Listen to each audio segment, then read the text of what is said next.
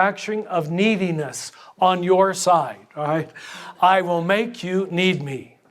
I will ingratiate myself to you by loving service so you cannot live without me, all right? And never entering my mind that I'm being anything but a martyr, servant, slave, you know? That's the pride. You've got it in one word. Need is the key word to understand it too. Remember I said all of the heart people are very needy. They're very needy emotionally. And they don't recognize what immense emotional responsiveness they constantly need to tell themselves that they are important, special, or whatever. So what they do is they repress their consciousness of their needs. Now follow this, it's subtle. And pretend that I don't have any needs at all. My only need is to meet your need, my dear husband, all right? Or my dear wife. It can go both ways, of course. Then, just let me warn you. Every, I don't know, whether it be 4 days or 4 weeks, hell hath no fury, right? You will pay. You let a two give to you, you will always pay. Always. Because finally, after this self-sacrificial, martyred giving of themselves, finally one day they wake up on the wrong side of the bed, as we say, and they realize, damn it, no one's giving back to me. And they get into the blame game. And they're really terrible at that point. They're not nice people. They can really, it's almost the flip of who they want themselves to be, and they usually leave the room in tears because they know what has happened to me. I've become a dragon, a demon. I just said cruel things. I've heard words come out of a two's mouth that are crueler even than eight's, you know. When they suddenly retake their boundaries. And I want to say, along with need, the other important word in the two's life is boundary. Their entire life is negotiating boundaries. And they're never real good at it. They give away their boundaries too easily. They sell their soul for a sardine, as Teresa of Avila says, to get you to respond to them, or like them, or love them, or think of them as special, or thank them, or kiss them, or hold them, or anything. And then what happens is they retake their boundaries now and then. And that's when you'll see their worst self. When they almost look like an 8 for a moment. It's really a great surprise to them. That's when they run out of the room crying. If they allow grace, they will cry for 3 days and they'll return a transformed person, a very loving person. They really are, and I want to say this because I've been so hard on them the last few minutes. I want to say twos really do know how to love. They're good lovers. They're sweet. They're gentle. They're caring. They're tender. They pick up. They are good nurses. They know what you need there in bed before you even do, which sometimes makes you unhappy. How do you know it already and I don't? But you're right. That's what I need. But the price they've paid for that, do you see? Here's their virtue, become sin, become virtue. Is they don't know their own needs. They often don't have a clue what their own feelings are, what their own needs are. And then when they find them for a minute and recognize that no one is meeting them, and of course, what we all do, brothers and sisters, is, you can pick up a 2 quickly. You know he doesn't have a clue what his real needs are. So you know what you can do? You can manipulate him. They're very manipulatable people. All I have to do is put the word need in the sentence, right? And he or she will run off and do it. Yes, Father. Yes, sure. Happy to meet your needs, Father, right? But that recognition now and then, damn it, I'm letting everybody manipulate me. I'm doing everybody else's work. I don't know my own. That's what returns then with the almost reaction formation and the exact opposite response. So what you have to do, obviously, to help a 2 is to really feel their own feelings. I want to say, please don't hear me that I'm saying all women are 2s. I am not saying that. You women know this better than I, that women culturally are told they should be 2s. So almost every woman fights with this, even if she's not a 2. Culturally, you were trained in patriarchal culture to be our servants, our helpers. Once the children come along, what else can you be? You've got to, on some level, be a 2 to be a mother, I think. You've got to read that little baby's needs and to learn how to respond to it. So you all become experts at it. They wake you up several times during the night, apparently, when they're first born. You got to die to your own needs. Forget, I got to take care of this baby. So women very often are trained in 2-ness, right? Those of you who really are 2s have a double compulsion. Women who are 2s tend to have, therefore, a double compulsion, especially if you were a mother.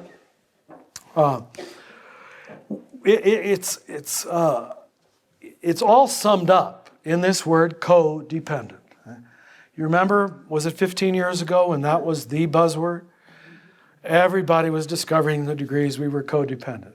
Well, the word was created for the 2. They do raise it to an art form. They don't know what their feeling is or their need is. They have these magnificent antennae. They really are magnificent. That just can pick up from the twitch of your eyebrow what you need. Right? It's beautiful. And they run to get it. Now the trouble is, when they haven't created the third eye and learned to observe their own neediness, sometimes they're dead wrong too, right? Sometimes they're meeting your needs that are not your needs. And that's when you feel the intrusiveness, the invasiveness, and the manipulation. So I'm going to speak out of the other side. Not only are 2s manipulatable, they are manipulators. I know that's hard for you to hear if you're a 2. But they use very seductive, charming, Christian, contemplative language. The more holy it is, the more seductive it is, the more guilt. They're prone to guilt, and they know how to give you good guilt, you know? And so they'll love to use language of holiness and church, and you owe it to Jesus or whatever. And Jesus would want this from you or stuff like that. Be careful of religious language from a 2. Right? Well, be careful of it from a 1. You probably shouldn't listen to me at all. But I think in some ways it's seeing myself play these games that has made my mind so critical about religion. So to see how we do this all the time, serving our own need. So if the 2 does not get in touch with what their need is in this relationship, their observation of you will probably be doubly wrong.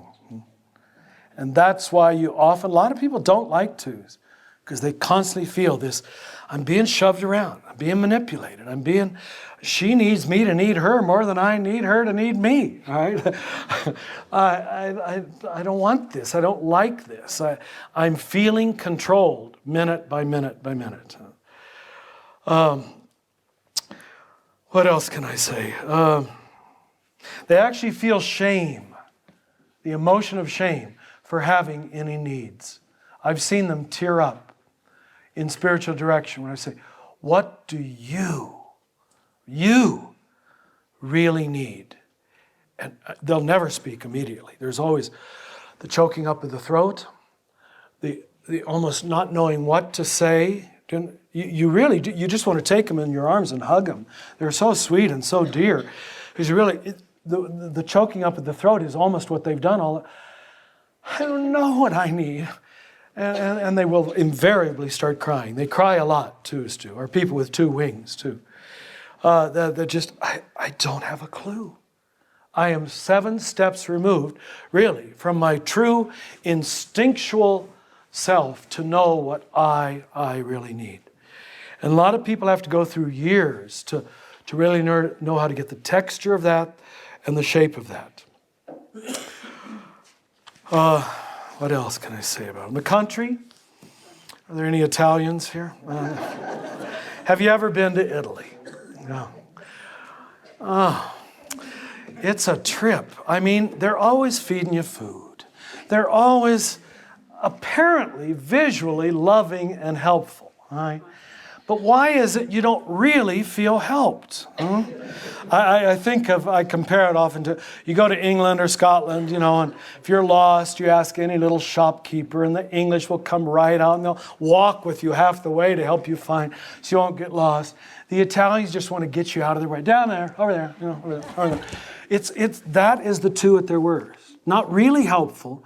Just think of us Italians as warm, loving, heartfelt family people. And I learned this from Italians who say there's nothing worse than being in an Italian family with absolute expectations of hugs and kisses and visits to mama and what you owe mama.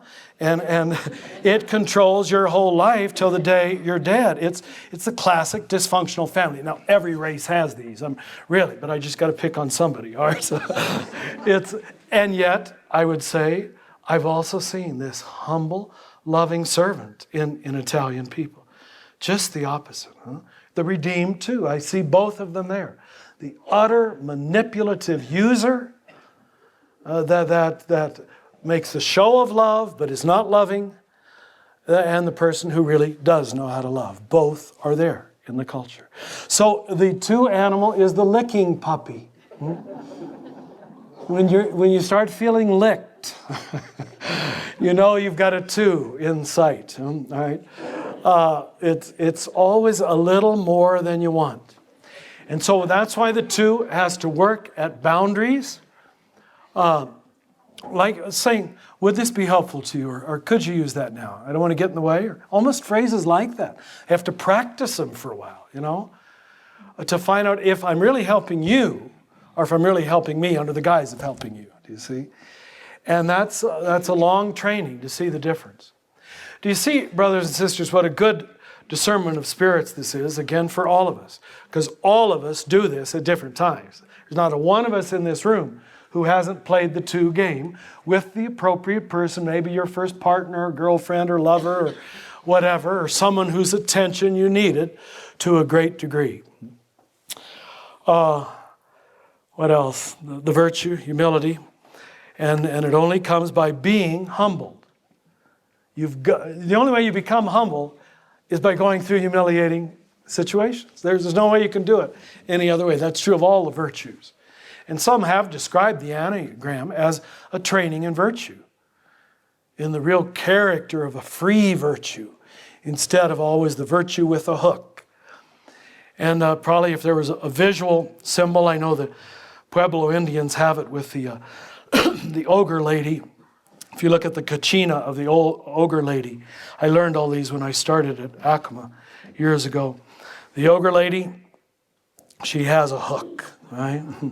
She's holding a hook. When a two loves you, they've always got a hook. They want something back, right? And they don't know that.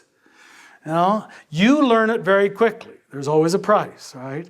So you start wanting to keep twos at a distance because, I'll pay tomorrow if I let him serve me today. But until they recognize that hook and weep over it, they aren't free. The ogre lady, if you look at the kachina, she also has a big tongue sticking out of her mouth. I must say, I think we're all sinners in this regard, but the two is highly prone to gossip, to processing. See, she has everybody's feelings but her own. He has everybody's feelings but his own. And so he needs help, she needs help, frankly, to process this plethora of feelings. And so they're highly prone to talking, gossiping. They really are trying to process it. What you have to help them to do as a spiritual director is find a safe, responsible, healthy spiritual person. Probably that's why we created therapists. Okay, here it's okay to gossip, if you will. Here it can be contained. But twos can wreak great havoc in a group, a community, because everything is for public consumption and public interpretation, and it's no good. It's just no good. I see that as the tongue of the ogre lady. Anyway, what you'll be seeing in the days ahead are various images for all of these things. And in many ways, until you get an image, an icon, a picture, a saint, a biography, you don't get it. They say that we're transformed in the presence of images. And I think that's true. Jung said that, and I think it's true. You almost need an image. Catholicism understood that much better than Protestantism, which is why we read the lives of the saints. And so you get the image and the energy. And then you can sometimes experience the transformation. But it'll take a while to perfect those images. Any questions about the one or the two? Yes. Mm-hmm. For two? You know, some people use the little flower, but I think she's more a 4. And there's that connection between the 2 and the 4, you know. I had some written down here. They're in my book. I can't remember what I wrote in my book. Who were the other saints? We had as 2s. Vincent de Paul, for sure. Well, you know, I said Mother Teresa in my first book, in this blue one, but we changed it in the new one. I think she's an 8. And the 8 in redeemed form looks like a 2, see? And once I was over there in Calcutta and heard all the stories from her community, she's an 8, all right? But isn't that beautiful that the whole world saw her as the consummate 2? She could almost be used as the poster girl for a redeemed 8. She's a tiger mother. A tiger mother. My mother was too. Which I see in my brothers and sisters, we all tend to be rather secure because we had this mother who just feverishly took care of us, you know. Just from the moment we were born, we knew she would always be there for us in every form. So it was the good side of the 8. Do you understand? And when you got a good 8 for a mother, you feel secure. I mean, she'll swim oceans to take care of her kids, you know. And you feel that way much of the rest of your life. So who else? Vincent de Paul. Oh, John the 23rd. Well, now, Andreas insists he's a 9. You know, all of these are guesses, by the way, but I can see why you'd say. You know, the Franciscans told me when he was Pope, and the first day, it was on the Feast of Francis, all the Franciscans were invited to the Vatican, and he was up on his throne, and all the cardinals were in rows each side, and it was a formal receiving line.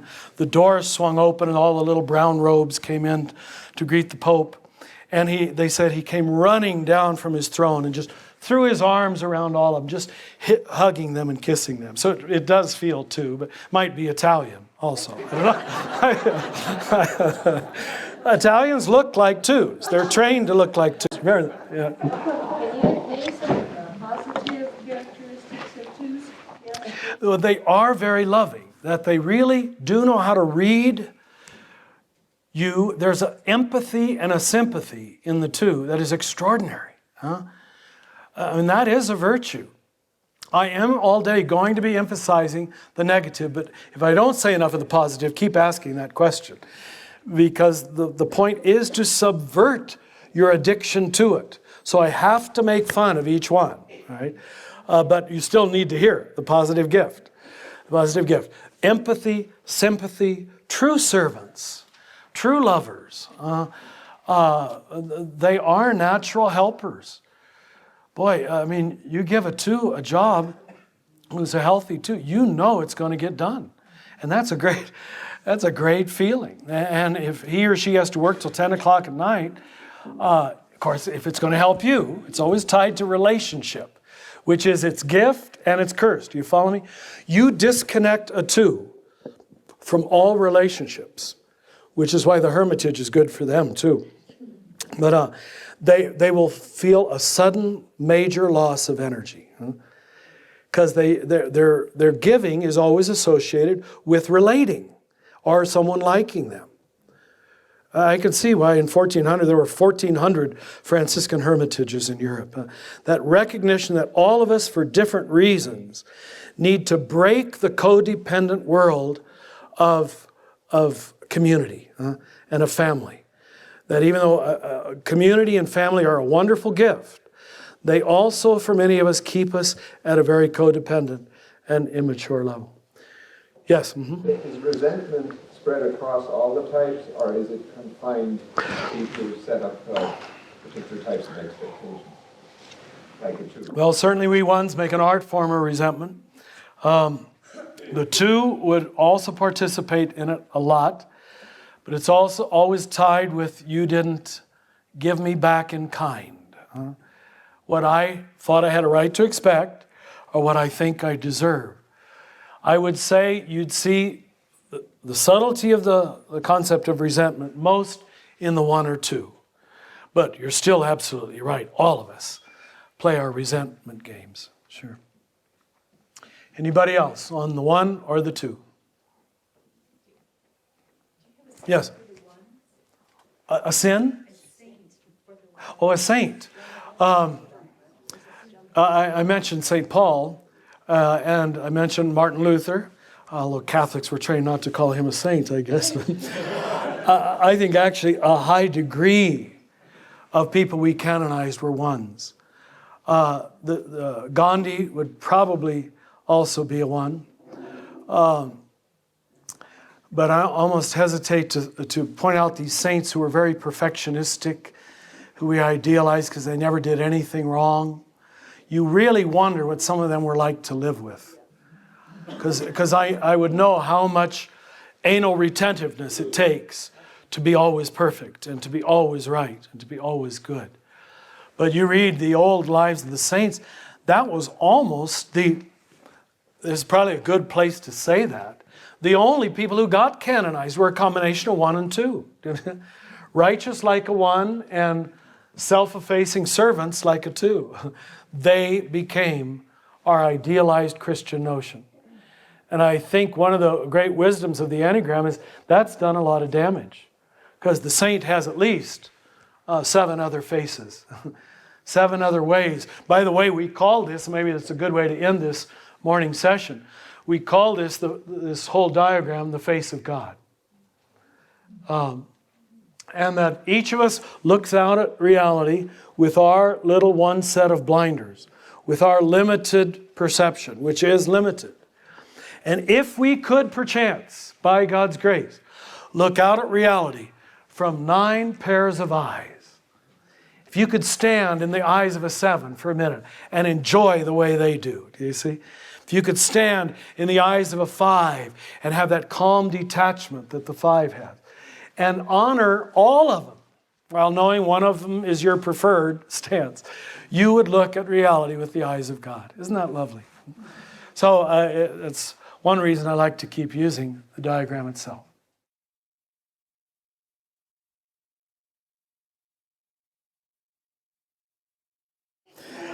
You know, it must reveal our deep, deep desire to understand this mystery of human nature.